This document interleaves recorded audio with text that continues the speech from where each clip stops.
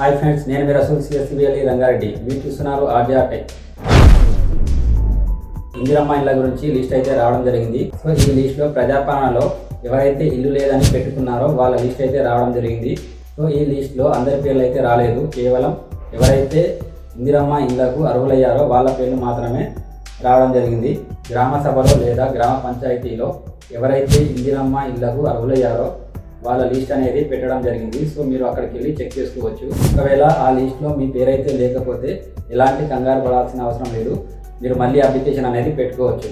ఇందిరమ్మ ఇళ్లకు సంబంధించిన అప్లికేషన్ ఫామ్ని మీరు ఫిలప్ చేసి ఆధార్ కార్డ్ అనేది అటాచ్ చేసి గ్రామ సభలో లేదా గ్రామ పంచాయతీలో మీరు సబ్మిట్ చేయాలి. లిస్టులో పేర్లు వచ్చిన వాళ్ళందరికీ ఇల్లు వస్తాయని కాదు, ఇది కేవలం అర్హులైన వాళ్ళ లిస్ట్ మాత్రం రెడీ చేశారు. సో ఈ లిస్ట్లో ఉన్న వారిని అధికారులు మళ్ళీ సర్వే చేసి నిజమైన అర్హులని గుర్తిస్తారు. మీరు ఇందిరమ్మ ఇళ్లకు అర్హులయ్యారా లేదా అనేది ఎలా చెక్ చేసుకోవాలో మీకు ఈ వీడియోలో క్లియర్గా అయితే ఎక్స్ప్లెయిన్ చేస్తాను. ఈ వీడియోను ఎక్కడ స్కిప్ చేయకుండా చివరి వరకు చూడండి.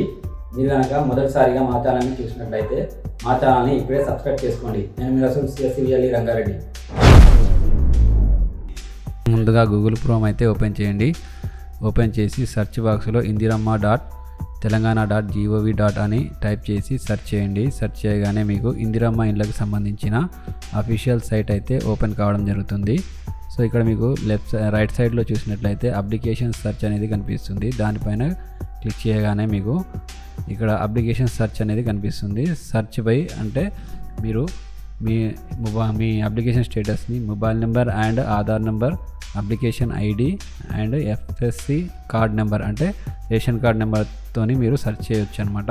సో ఇప్పుడు నేను మొబైల్ నెంబర్ టైప్ చేసి అప్లికేషన్ని సెర్చ్ చేస్తున్నాను. మొబైల్ నెంబర్ టైప్ చేసి గో అనే దానిపైన క్లిక్ చేయగానే మీ అప్లికేషన్ స్టేటస్ అనేది ఇక్కడ రావడం జరుగుతుంది.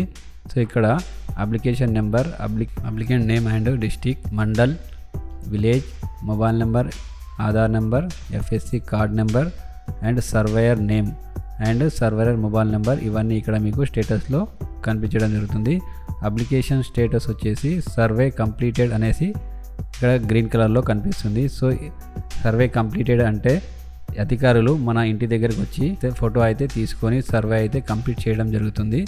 సో ఇలా కంప్లీట్ చేసిన తర్వాతనే మీకు సర్వే కంప్లీటెడ్ అనేసి స్టేటస్ రావడం జరుగుతుంది. సో ఈ విధంగా మీరు లిస్ట్లో ఉన్నారో లేదో తెలుసుకోవచ్చు. ఇలాంటి ఆసక్తికరమైన వీడియోల కోసం మా ఛానల్ని లైక్ చేయండి, షేర్ చేయండి, సబ్స్క్రైబ్ చేయండి. నేను మీ Rasool CSC VLE Rangareddy. Thank you.